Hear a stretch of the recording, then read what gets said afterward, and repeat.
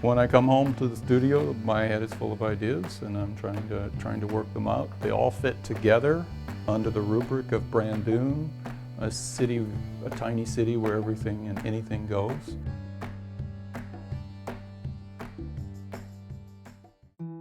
I worked for DC Comics, back about Christmas of '92.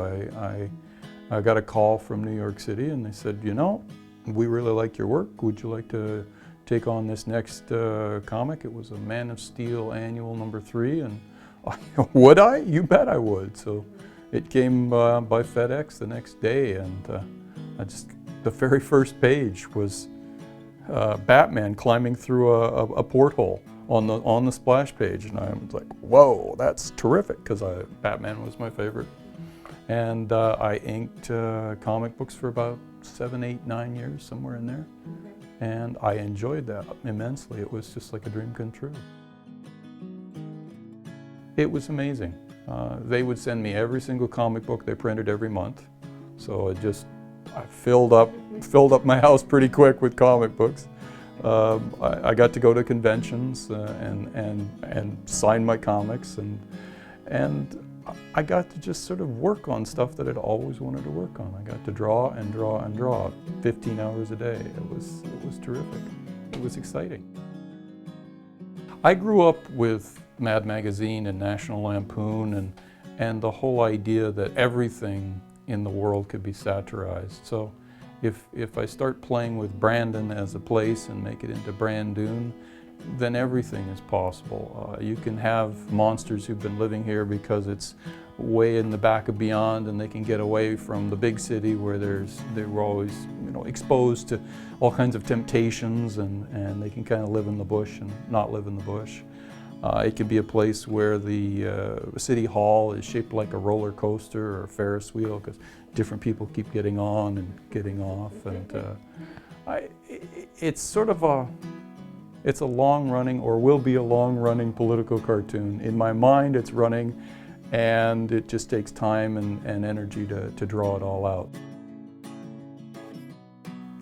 I look externally, I guess. My inspiration comes from the people I know and the things that they're interested in and what catches my mind. It might be books that I'm reading, or the news, or anything, and then those end up inside my head somewhere, and they get this strange sort of twist on them that it's trying to make sense of things, but at the same time it's making nonsense of some of them, just because it makes it's another angle, and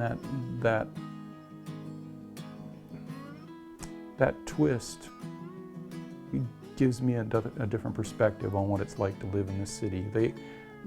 What Brandon and Brandoon have in common is community, is the idea that there are a whole lot of very diverse people living together in not perfect harmony, but living together and getting along, and nothing too horrible is happening, but a lot of interesting things happen. What I remember is breaking my leg playing a really stupid game at the end of kindergarten. I never graduated kindergarten, I can confess. I broke my leg in, I think, 2 places, because it was made to fit a curb in a really odd way, and I picked up my leg, or part of it, and I went looking at it. I'd never seen it in all my 5 years hang down like that, and my brother was a little freaked about it, but I guess I was in shock. I was just like, wow, that's interesting. What do you know? And they patched it up and bandaged it up and put a giant cast on it, and I couldn't do anything for the whole summer, and that's when I remember drawing, because otherwise I would have been a continual nuisance to my mom. She brought in paper and pencils, and the first thing I started drawing were people. Started with snowmen and police officers and pirates and cowboys, and just, I've always been drawing people. They're interesting to me. His mode of expression is in comics, but he thinks like an artist. So his mind is extraordinarily broad, and he's always taking in the world around him, and he's always transforming it.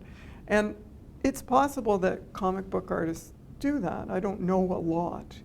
But the fact that he can walk into the gallery and talk about something that's very different from what he does tells me that his mind is broad. And that, as much as being a comic book artist, is the reason why he's associated with the gallery. Because contemporary art is about broadening people's minds, about making people understand, or not making, but helping people to understand otherness and difference and all those things that are challenging in this society. I think that I'm jealous of musicians. They collaborate all the time. They have jam sessions and they work together. So every opportunity I can, we do a draw-a-thon, or we do something that we can have a few artists sit in a room together and do some drawings or do some sketches, and that's, I find it enjoyable. When I think about what I like to do, it's about, nowadays, it's about where do you pay attention? Where do I spend my time? Where do I look? Where does my gaze go? And for me, it's always about people. What are they about? Where did they come from? What's going on in their minds? Why are they the way they are? And how do they interact with each other? I know that imagination is important to me. It's how I see how things can be better. And it's how I manage to get through the tough times, you know, trying to imagine things. And so I hope that everybody has enough of an imagination that it helps them through to see how things can be other than they are right now.